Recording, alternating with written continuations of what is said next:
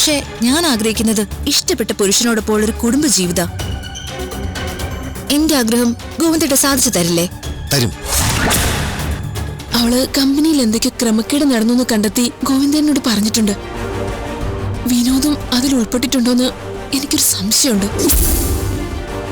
ഞാൻ പ്രഗ്നന്റ് ആണെന്ന കാര്യം ആദ്യം അവനോട് പറയണമെന്നാ കരുതിയത്. എന്താ കാര്യമെന്ന് പോലും ചോദിക്കാനുള്ള മനസ്സ് കാണിച്ചില്ല. ദുഷ്ടൻ. അവൾക്ക് ജനിക്കുന്നതൊരു പെൺകുഞ്ഞാവരുതേന്ന് ഞാൻ പ്രാർത്ഥിക്കാം.